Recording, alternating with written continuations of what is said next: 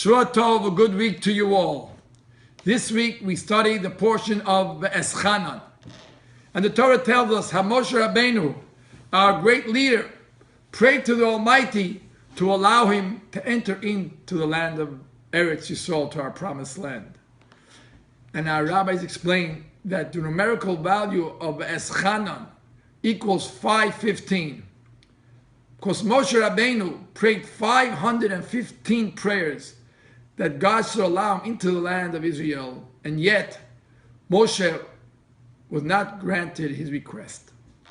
The other day I was thinking to myself, for the last few months I've been having special thoughts in my prayers, asking God for some of my personal needs, and unfortunately I didn't see them being answered.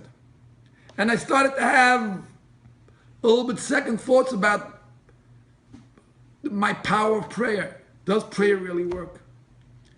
And then when this week comes along and I'm reminded that Moshe Rabbeinu, the greatest leader of Jewish people, prayed 515 prayers, asking God to allow him to enter into the land of Israel. And his request was not fulfilled. But yet Moshe Rabbeinu didn't give up. He felt still, I'm going to try, I'm going to try, I'm going to try.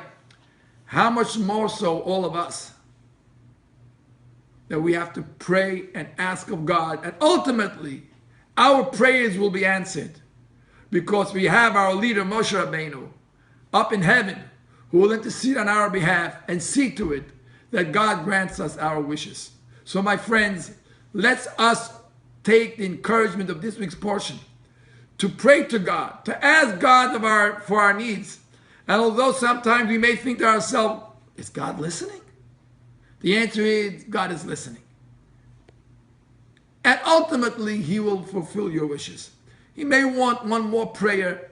We may need to be able to drop more intensity, but never give up hope. Moshe Rabbeinu taught us that, never to give up hope, to keep on praying.